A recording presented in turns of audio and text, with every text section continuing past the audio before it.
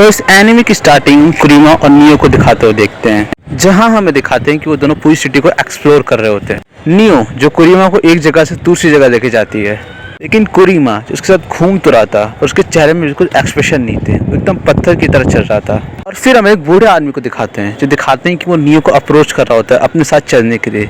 तभी कुरीमा उसके कंधे पीछे से हाथ रखता है और वो बूढ़ा आदमी उसे देख कर डर जाता है और भाग जाता है। फिर नेक्स्ट सीन में हमें कुरीमा और नियो को दिखाते हैं जहाँ वो हिल पे खड़े होते हैं। तो कुरीमा उससे सवाल करता है कि ये शहर कितना छोटा है, तब भी यहाँ लोग इतने सुख चैन से कैसे रहते हैं, मैं इस बात को जानना चाहता हूँ। फिर तभी कुरीमा उस हिल की तरफ देखता है, उससे पूछता है वो क्या है। नियो कहती है कि वो बैड लक है। उससे पूछता है क्या वहाँ कुछ लोग रहते हैं। वो कहती है हाँ, जो गरीब होते हैं, जिन्हें बीमारियाँ लगी होती हैं, उन्हें शहर से अलग वहाँ रखा जाता है। फिर हमें नियो और कुरीमा को दिखाते हैं जो पूरी सिटी का चक्कर लगा रहे होते हैं। तभी अचानक वो एक तरफ भीड़ देखते हैं तो वहाँ चले जाते हैं। यहाँ एक सकाता नाम का बंदा है एक दुकानदार पे अफीम रखने की जुल्म से सजा दे रहा था। दुकानदार मना करता है कि मालिक मैं केवल अफीम क्यों बेचूंगा, 4 जनरेशन से मेरी दुकान बहुत अच्छी चल रही है, मैंने अफीम को छुआ तक नहीं है, पर उसके चेहरे पर लात मार देता है। अभी सकाता का जो बंदा होता है जो उसकी दुकान से एक बुद्धा का स्टैचू लाकर सबके सामने तोड़ देता है और हमें उस स्टैचू को दिखाते हैं। इसमें सच में से अफीम निकली होती है, इसका मतलब इसने अफीम रखी थी। पर हैरानी की बात ये थी कि उस बंदे को देख के लग नहीं रहा था कि वो अफीम रखेगा।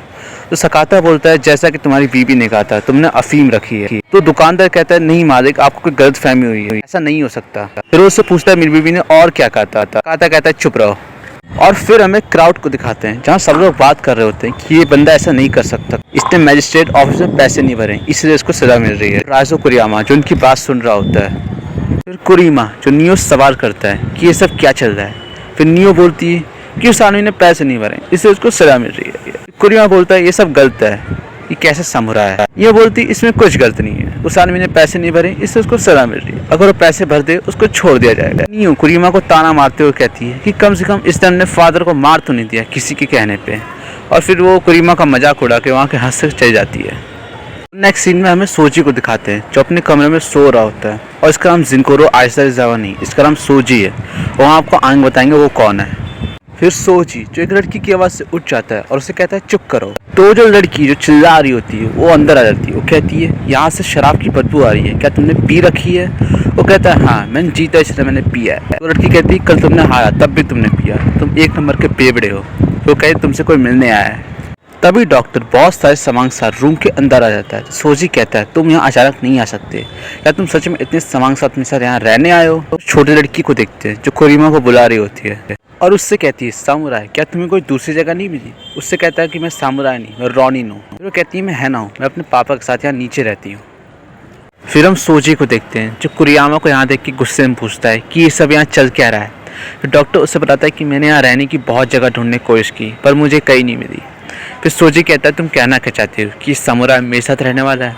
फिर डॉक्टर उसकी तरफ देखते हुए कहता है हाँ तुम सही कह रहे हो, ये तुम्हारे साथ ही यहाँ रहने वाला है। और फिर हमें कुरियामा को दिखाते हैं जो कहता है तकलीफ के लिए मुझे माफ़ करना।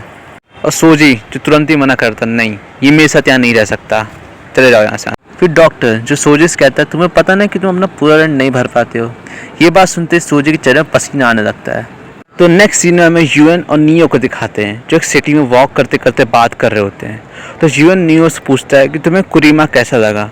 तो नियो बोलती कि वो बहुत ज़्यादा बोरिंग है, एकदम पत्थर की तरह, बिल्कुल एक्सप्रेशन नहीं दे रहा होता है। फिर नियो बोलती तुमने उसे हमारी टीम में शामिल क्यों किया, तुम्हें पता ना मुझे सामुराई बिल्कुल पसंद नहीं है। यूएन बोलता है कि वो एक सामुराई नहीं है, इसलिए मैं चाहता हूँ कि तुम और सोजी उसकी मदद करो एक आम इंसान बनने में। फिर हमें नियो को दिखाते हैं जो यूएन से सवाल पूछती है क्या सच में एक सामुराई बनने से छोड़ सकता है। फिर यूएन बोलता है डिपेंड करता है।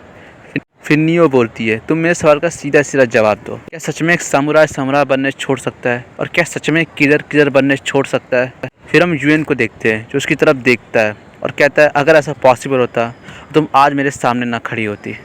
फिर हम नियो को देखते हैं जो उसकी तरफ देख के हंसती है और हम उसके पीछे देखते हैं जो धाय को खींच रही होती है और धाय को अंदर कर देती है। और फिर वो यूएन से कहती है और यूएन से कहती है अच्छी बात है, ये आंसर सुनने के बाद मैं डिसाइड करने वाली थी कि मैं तुम्हें जान से मारूं कि ना मारूं। फिर यूएन उससे बोलता है कि मैं खुश हूँ, तुमने सही फैसला लिया है। तो नेक्स्ट सीन में हमें सोजी और कुरीमा को दिखाते हैं जहाँ सोजी उससे बोल रहा होता है तुम्हें सिर्फ रहने के लिए एक बीता कमरा मिलेगा, अगर तुम्हें रहना तो रहो वरना जाओ यहाँ से।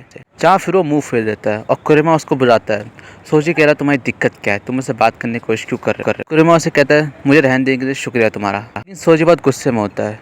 तो अगले सीन में हम एक आदमी को देखते हैं जिसके बगल में 2 लड़कियां बैठी होती हैं और वो एक को किस करता है। उसका नाम होता है जिनकोरो आइसेरिजावा और यही होता है नागासाकी का मैजिस्ट्रेट। तो दूसरी लड़की कहती है आपका मेहमान आया है, आप पर उस पर ध्यान दीजिए, फिर आप हम पे ध्यान दीजिए। फिर वो कहता है तुम सही कह रही हो, फिर सबको जाने कहता है। फिर हम यूएन उसे ही को देखते हैं जो इसारीजावा के सामने बैठा होता है। इसारीजावा उससे कहता है मुझे माफ़ करना है कि मैंने तुम्हें इंतज़ार कराया है। कहता है तुम्हें मुझसे क्या काम है। इसारीजावा उसे बताया तुम्हें याद तो होगा कि 1 महीने पहले सात्सुमा का मर्डर हो गया था और जिस समुराई ने उसे मारा था उन्होंने उसके स्ट्रॉन्ग लोगों को मरवा दिया है और सुनने में आया कि उसे नागासाकी में देखा गया है और उसके कारण मेरी रातों की नींद हराम हो गई है। फिर हम इसारीजावा को देखते हैं जब अपने एक बंदे को बुलाता है तो उसका बंदा आता है, उस समुराई के बारे में बताता है। बोलता है कि उस समुराई को 1 महीने पहले ब्रिज में सोता हुआ पाया गया था। उसके बाद से वो गायब है। उसका नाम है राइजो कुरियामा। बताता है कि हम उसकी तलाश में हैं। फिर हम इसारीजावा को देखते हैं जो यूएन से पूछता है क्या तुम उसके बारे में कुछ जानते हो। हम देखते हैं कि वो अपनी आंखें टेढ़ी कर देता है और यूएन जो उससे कहता है मुझे नहीं पता, तुम ये सवाल मुझसे क्यों पूछ रहे हो। और फिर हमें इसारीजावा को दिखाते हैं जो अपनी आंखें टेढ़ी करके यूएन को घूर घूर के देख रहा होता है। तो इसारीजावा उससे पूछा तुम्हें अजीब नहीं लगता कि वो अचानक गायब हो गया, तुम्हें क्या लगता है वहाँ के लोकल लोग उसकी मदद कर रहे होंगे। फिर हम यूएन को देखते हैं उससे बोलता है मैं इस तरह से गेस नहीं करना चाहता हूँ। इसारीजावा जो उसका बंदा होता है उसे हाथ ऐसे करके चलने का इशारा देता है, चला जाता है वहाँ से। फिर हम इसारीजावा को देखते हैं जिससे कह रहा है ठीक है अगर तुम कह रहे हो कि तुम्हें नहीं पता तो मैं इस बात को मान लेता हूँ, पर तुम्हें पता ना क्यों कमीना सकाटा तुम्हारे बात बिल्कुल नहीं मानने वाला। फिर यूएन इसारीजावा से कहता है तुम उसको बीच में क्यों ला रहे हो। इसारीजावा यूएन से कहता है तुम्हें पता ना कि सकाटा कितना बड़ा क्रिमिनल है, वो अपना नाम बनाने के लिए कुछ भी कर सकता है, किसी भी हद तक जा सकता है और अगर उसे पता चला कि तुम उसे ब्रिज के नीचे चेस कर रहे हो फिर तुम्हें पता ना क्या हो सकता है।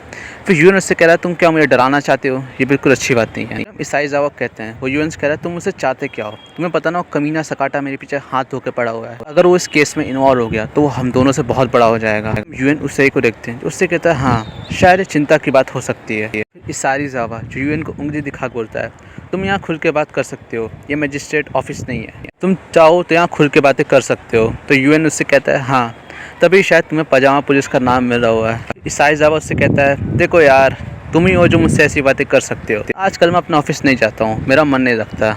फिर इसारीजावा यूएन उसे कोई गोल्ड कॉइन देता है, उससे कहता है सकाटा ने जिस बंदे को आज फंसाया था मैंने उससे बात की थी, उसने मुझे दिया और तुम्हें तो पता ही है ना कि मैं रिश्वत नहीं ले सकता और तुम्हें ये भी पता होगा कि इस गोल्ड कॉइन के साथ तुम्हें क्या करना है, इससे तुम इसे रख लो। फिर हम डॉक्टर और नियो को देखते हैं जो गरीबों की बस्ती में होते हैं जहाँ हम गरीबों की हालत देख सकते हैं जिनकी हालत बद से बदतर थी, उनको कोई ना कोई बीमारी लगी की होती है। फिर डॉक्टर एक लेडी से एड्रेस पूछता है तो वो लेडी उसे एड्रेस बता देती है। फिर डॉक्टर उसके हाथ में कुछ देता है जिसे वो लेडी लेके भाग जाती है। फिर हम डॉक्टर और नियो को देखते हैं जो एक गुफा में होते हैं जहाँ देखते हैं कि वहाँ बहुत सारे लोग बीमार पड़े हुए थे और नियो कहती है कि इनमें से तो बदबू आ रही है और फिर वो कहती है तुम तो काऊ की बीवी हो ना। डॉक्टर उससे कहता है तुम्हें पति को अफीम के चलते गिरफ्तार कर दिया गया है। फिर उसकी बीवी कहती है मैंने वैसा किया जैसे तुमने करने को कहा, तुम्हारे कहने पर मैंने बुद्धा के स्टैचू के अंदर अफीम की पुड़िया रख दी थी, इसी कारण वो गिरफ्तार हो गया, तुम्हें अपना वादा पूरा करना चाहिए, तुम मेरे मेडिसिन लाया हो ना। हम उस लेडी को देखते हैं जो बार बार कह रही होती है तुम मेडिसिन लाया हो ना और फिर वो कहती है तुम लोग सकाटा के बंदे हो ना और वो बार बार मेडिसिन का कह रही होती है। फिर हम डॉक्टर को देखते हैं जो वहाँ बैठा होता है और नियो उसके पीछे खड़ी होती है और जैसे ही वो मेडिसिन का कहता है तो पीछे से एक आदमी कहता है, वो भी कहता है मुझे मेडिसिन चाहिए। तो नेक्स्ट सीन में हम रिवेंजर्स टीम को दिखाते हैं जो अपने अड्डे में बैठे होते हैं, वो सब बातचीत कर रहे होते हैं। उन्होंने जानबूझ के इसमें इसको फंसाया, सिर्फ देखना चाहते हैं कि सकाता इस केस में इन्वॉल्व है कि नहीं। अब उन्हें पता लगा कि सकाता अफीम की स्मगलिंग कर रहा है। फिर हम सोजी को देखते हुए बोलते हैं, वो कहता है कि इसारीजावा बहुत ज़्यादा चालाक है और उसने कुरीमा को भागने दिया और अब उसे इसमें इन्वॉल्व कर दिया। फिर नियो यूएन से कहती है कि उसकी आंखें बहुत ज़्यादा ठरकी हैं, तुम उससे बचना यूएन। यूएन सभी से कहता है कि हमारे पास एक गॉड कॉइन है और उसमें दांत का निशान है, तो किसी ना किसी को तो इसका बदला लेना ही पड़ेगा। फिर सोजी कहता है ठीक है अगर किसी को बदला लेना है तो मैं ले सकता हूँ, किसी भी मैं बदला लेने में माहिर हूँ। ठीक है मैं बदला लेने के लिए तैयार हूँ। फिर वो नए लड़के से पूछता है, उससे बोलता है कुरीमा क्या तुम मेरे साथ चलना चाहोगे, तुम तो एक समुराई हो, तुम्हारा तो काम है बदला लेना, मैं चाहता हूँ कि तुम भी मेरे साथ चलो। और हम कुरीमा को देखते हैं उसकी तरफ देख रहा होता है और फिर थोड़े बाद बोलता है ठीक है मैं इसके साथ जाने के लिए तैयार हूँ, आखिर मैं एक समुराई जो हूँ।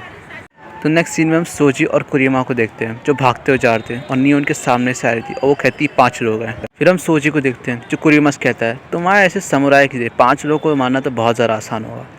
और कुरीमा जो बिल्कुल शांत खड़ा था सोची उससे कहता है यार तुम कुछ तो बोलो, तुम्हारे साथ रहना है मुझे, यही सोच सोच के पागल होते जा रहा हूँ। कुरीमा तो सोजी से बोलता है अगर तुम चाहते हो कि मैं तुम्हारे साथ ना रहूँ तो मैं कमरा छोड़ सकता हूँ। सोजी उससे बोलता है पागल मत बनो, डॉक्टर मुझे कच्चा चबा जाएगा अगर तुमने कमरा छोड़ने की बात कही तो। सोजी को देखते हैं तो उसे तरकीब बताता है, चलो ठीक है उसे पुराने तरीके से करते हैं, जो आदमी सबसे ज़्यादा किल करेगा कमरा उसका। सोजी कहता है क्या तुम इसके लिए तैयार हो? कुरीमा कहता है ठीक है, अगर तुम इस चीज़ों को ऐसे ही ख़त्म करना चाहते हो तो मुझे इसमें कोई दिक्कत नहीं है, मैं इसके लिए तैयार हूँ। फिर हम सोजी को देखते हैं जो एक कार्ड बाहर निकलता है। वो कह रहा है तुम्हारे लिए तो बैड लक है, क्योंकि आज मेरा लकी कार्ड बाहर निकला है, इसका मतलब कि आज मैं ही जीतूँगा। फिर हम कुरीमा को देखते हैं जो उस पर ध्यान ना देते हुए बिल्डिंग पे सीधे चढ़ के ऊपर चला जाता है, और सोजी जो उस ऊपर जाते हुए देख के बोलता है कि ये 700 समुराई है जिनकी स्पीड बहुत ज़्यादा तेज़ होती है, जब ये अपना पहला किल करेगा तब इतनी ज़ोर से चिल्लाएगा कि वहाँ इसको बहुत लोग खेल देंगे, इसके कारण ये जीत नहीं पाएगा, और उसी समय मैं उन सबको मार के उन सबसे जीत जाऊँगा। सोजी कहता है ठीक है, ये जीत तो मेरी हुई।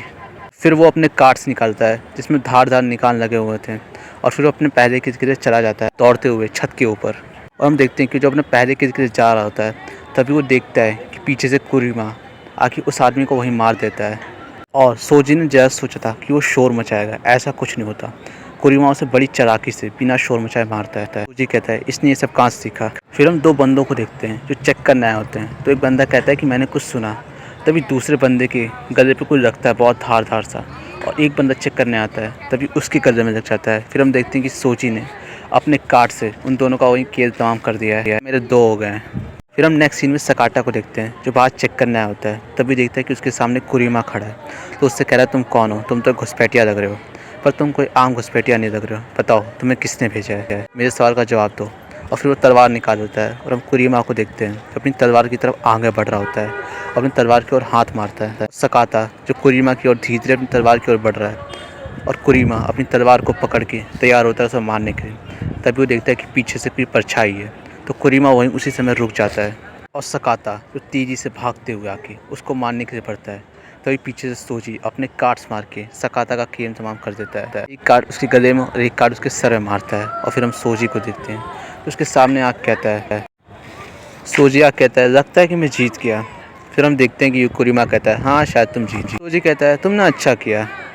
फिर सोजी कुरीमा से कहता है बस सट्टा और सत्ता होता है, चलो अपना सामान बांधो और निकलो यहाँ से। फिर हम कुरीमा को देखते हैं जो सोजी की तरफ तलवार का वार करता है, और सोजी बहुत ज़्यादा डर जाता है। हमें लगता है कि उसने सोजी का काम तमाम कर दिया। फिर हमें पता चलता है कि उसने सोजी को नहीं, पीछे उसके एक आदमी खड़ा था उसको मारा होता है, और सोजी देख के हैरान होता है। फिर हम सोजी और कुरीमा को बाहर निकलते हुए देखते हैं तो सोजी कहता है नियो ने बताया नहीं था कि 6 बंदे हो। फिर कुरीमा कहता है लगता हमने बराबर कर दिया, मेरे भी 3 तुम्हारे भी 3। सोजी उससे कह रहा है तुम कहना क्या चाहते हो कि मैं ये कहूँ कि मैच विड्रॉ हो गया है? कहता है हाँ ठीक है चलो मैच विड्रॉ हो गया। फिर में शर्त होती है। फिर कुरीमा उससे कहता है क्या मतलब हम रूम शेयर करने वाले हैं? फिर सोजी कहता है हाँ ठीक है हम रूम शेयर करने वाले हैं, तुम्हें कहीं जाने की ज़रूरत नहीं है। और फिर हम सोजी को देखते हैं जो अपने उस कार्ड को देखता है और कहता है लगता है मैंने तुमसे कुछ ज़्यादा उम्मीद करी थी। और फिर हम सोजी से देखते हैं जो उस कार्ड को वहीं फेंक देता है और वहाँ से चला जाता है। फिर हम नेक्स्ट सीन में यूएन को देखते हैं जो उस कोड को इनको देख रहा होता है। तभी उसके बाद डॉक्टर आता है, उससे कहता है यूएन तुम क्या कर रहे हो अंधेरे में? फिर यूएन कहता है नहीं कुछ नहीं। फिर उससे कह रहा है तुम यहाँ क्या कर रहे हो? फिर डॉक्टर कहता है कि मैं बताने आया हूँ कि कुरीमा और सोजी ने अपना काम सही से किया, उन्होंने मिशन कंप्लीट कर दिया। फिर यूएन खुश होकर कहता है अच्छी बात है, मैं उम्मीद करूँगा कि वो दोनों अपना काम ऐसे ही करते रहें। फिर डॉक्टर को देखता है जो चिंता मन से बोलता है क्या तुम्हें सच में ऐसा लगता है? फिर यूएन बोलता है तुम्हारा मतलब क्या है? डॉक्टर कहता है तुम्हें पता है ना कि अगर हम कुरीमा को और भी ज़्यादा इन्वॉल्व करेंगे तो हम मुसीबत में पड़ सकते हैं, तुमने इस बात का पता लगा ही दिया होगा। यूएन कहता है हाँ।